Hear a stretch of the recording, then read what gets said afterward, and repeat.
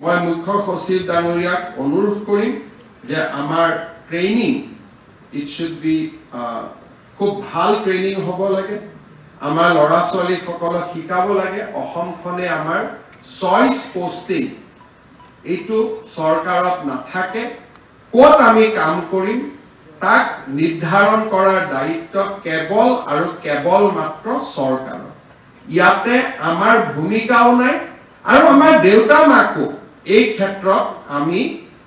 বহুত অফিচাৰক মই দেখিছো যে দেউতাক মাকক লগাই দিয়ে কোনোবাক লগ পালে কৰবাত খবৰ কাৰণে মই ভাবো যে we should now allow our parents to enjoy the success of our life we should not bother them হদিয়াত পোষ্টিং হৈছে আকৌ মাৰ চিন্তা হৈ গ'ল যে হদিয়াত গৈছে এতিয়া আমি তেওঁলোকক চিন্তা দিবই নালাগে আৰু তেওঁলোকক কতো ইনভলভ কৰিবই নালাগে মোৰ অভিজ্ঞতা হ'ল বহুত দিন মেডিকেল কলেজৰ প্ৰফেসৰ সকল কেতিয়াবা যেতিয়া তেওঁলোকক ট্ৰান্সফাৰ লাগে তেওঁলোকে নিজৰ দেউতাক মাকক লৈ মোৰ দাদা আহি পেলাই দেউতাক মাক চাব লাগে গতিকে মোক গুৱাহাটীত দিব লাগে তেতিয়া মই তেওঁলোকক সুধো দেউতা মাৰ লগত আপুনি থাকে নে নাই লাহেকৈ কথাটো নোকোৱা হৈ যায় কাৰণ ঘৰ দুটা দেউতাক মাক যদি জ্যোতিনগৰত থাকে তেওঁ খানাপাৰাত থাকে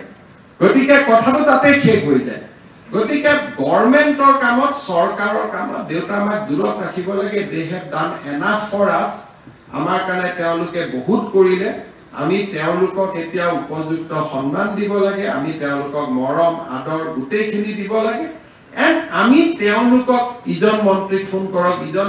ফোন কৰক দিজ থিংছ আমি কতো ইনভলভে হ'ব নালাগে কাৰণ গোটেই অসমখনে আমাৰ হদিয়ে মইতো কওঁ ভাৰতখন আমাৰ মোৰতো চিন্তাধাৰা আৰু ওপৰত যে ভাৰতখনে আমাৰ মোক যদি কৰ্ণাটকতো ক'ৰবাত পোষ্টিং দি দিয়ে আই শুড গো বিকজ এইখনে মোৰ জন্মভূমি এইখন মোৰ স্বৰ্গভূমি ইয়াত কি আপত্তি কৰিবলগীয়া আছে আজি আমাৰ ইয়াত IAS অফিচাৰসকল বহি আছে দে হেভ কাম ফ্ৰম সাম আদাৰ ষ্টেট অসমত কাম কৰি আছে তাত কোনো অসুবিধা নাই গতিকে যদি এজন IAS অফিচাৰ কেৰালাৰ পৰা আহি অসমৰ হদিয়াত কাম কৰিব পাৰে আমি ধুবুৰী ছোৱালীজনী হদিয়াত যোৱাত কি আপত্তি থাকিব পাৰে গতিকে মই ভাবো যে অন্তত সিনিয়ৰ অফিচাৰ সকলে ট্ৰান্সফাৰ পোষ্টিং এইবিলাকত সময় নষ্ট নকৰি we should concentrate on our job আমি যিমান পাৰো শিকিব লাগে আৰু ফৰ্মেটিভ পিৰিয়ডত যিমানে দূৰত চাকৰি কৰো আমি সিমানে শিকিব পাৰো তেতিয়া মানুহৰ বেদনাবিলাক আমি আৰু বুজিব পাৰো গুৱাহাটীৰ মানুহেতো কিবা কিবি কৰি কামখিনি কৰাই লয় কিন্তু ধুবুৰী মানকাছাৰত থকা মানুহজনে নিজৰ কাম কেতিয়াও কৰাই ল'ব নোৱাৰে তেওঁলোকৰ মাজত অফিচাৰজনৰ সন্মান আৰু ওপৰত কাৰণ for them you are the god to them যে তেওঁলোকে আপোনালোকৰ কাৰণে এক প্ৰকাৰ ভগৱান আগত মাই বাপ বুলি কৈছিল যেতিয়া মই পলিটিকেল সায়েন্স পঢ়িছিলো there is a chapter on মাই বাপ যে গভৰ্ণমেণ্ট পাব্লিক সাৰ্ভেন্টক মানুহে মাই বাপ বুলি ভাবিছিল আজি টেকনলজি আহিছে মানুহ ওচৰ চাপি আহিছে কিন্তু মই ভাবো যে we should take up the most challenging positions আমিও চেষ্টা কৰিম আপোনালোকক যাতে আটাইতকৈ অসমৰ বেয়াৰ পৰা বেয়াকৈ জায়গাখনত আপোনালোকক আমি পোষ্টিং কৰিব পাৰো যাতে আপোনালোকে শিকিব পাৰে ইউ ক্যান কন্ট্ৰিবিউট মিনিংফুলি কাৰণ যি কেইজনে ভাল ৰিজাল্ট কৰিছে তেওঁলোকক আটাইতকৈ বেয়া জায়গাত পঠাব লাগে কাৰণ তেতিয়া তেওঁলোকে ৰাইজৰ দুখ বেদনা বুজি পাব এণ্ড যেতিয়া they will become DC they will become SP they will be able to meaningfully contribute to the life of our people সেইকাৰণে মোৰ চিন্তাধাৰা অলপ বেলেগতকৈ বেলেগ কেতিয়াবা কেতিয়াবা কয়ো যে আপুনি উল্টা কথা কৈ থাকে মই ভাবো that is the way we should be যিমানে as per মোক প্ৰধানমন্ত্ৰী ডাঙৰীয়াই কৈছে এইটো মোৰো কথা নহয় প্ৰাইম মিনিষ্টাৰে মোক কৈছে যে আটাইতকৈ ভাল অফিচাৰ কেইজনক এছপাইৰেশ্যনেল ব্লক আৰু এছপাইৰেশ্যনেল ডিষ্ট্ৰিক্টত দিব লাগে কাৰণ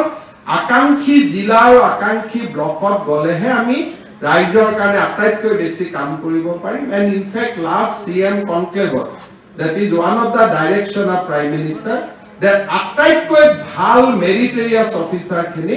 আমি এছপাইৰেশ্যনেল ডিষ্ট্ৰিক্ট আৰু এছপাইৰেশ্যনেল ব্লকত পোষ্টিং কৰিব লাগে সো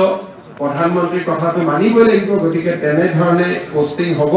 আপোনালোকে সেইবোৰলৈ চিন্তা নকৰিব গোটেই অসমখনে মোৰ জননী জন্মভূমি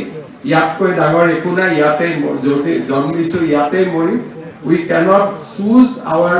ক'ত জন্ম ল'ম তাকো আমি চুজ কৰিব নোৱাৰো, ক'ত মৰিম আমি তাকো চুজ কৰিব নোৱাৰো। বাকীখিনি it is a journey of life, ফটাফট পাৰ হৈ যায়, গমেই নাপায়। মোৰ লগৰ ল'ৰা ছোৱালীবিলাকে কেতিয়া এচিএছ পাইছিলে, লগে লগে কটন কলেজত পাৰ্টি কৰিছিলো, আজি মই এচিএছত এপইণ্টমেণ্ট দি আছো। কিমান লাইফটো চিনেমা এখন যেনেকে 3 ঘণ্টাত ফটাফট গুচি যায়, তেনেকে লাইফটো চেঞ্জ হৈ যায়। অহা ইয়াত বহি আছে আৰু ইতিমধ্যে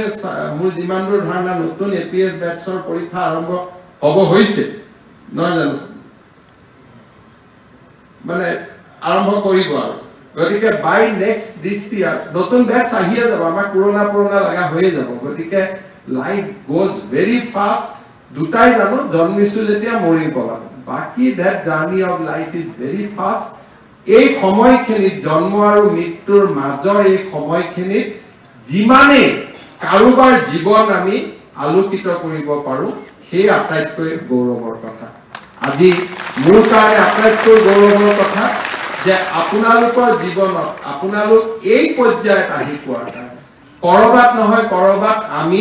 কন্ট্ৰিবিউট কৰিব পাৰিছো, যে আমি বেয়া কাম নকৰো, টকা পইচা নলওঁ এপইণ্টমেণ্টত। সেইকাৰণে আজি আপোনালোক আমাৰ সন্মুখত, নহলে হয়তো বেলেগ কোনোবা আহি বহি থাকিলেহেঁতেন। এইখিনিয়ে মোৰ জীৱনৰ প্ৰাপ্তি। এইটো যদি মোৰ জীৱনৰ প্ৰাপ্তি, আপুনিও আপোনাৰ জীৱনৰ প্ৰাপ্তি কি হ'ব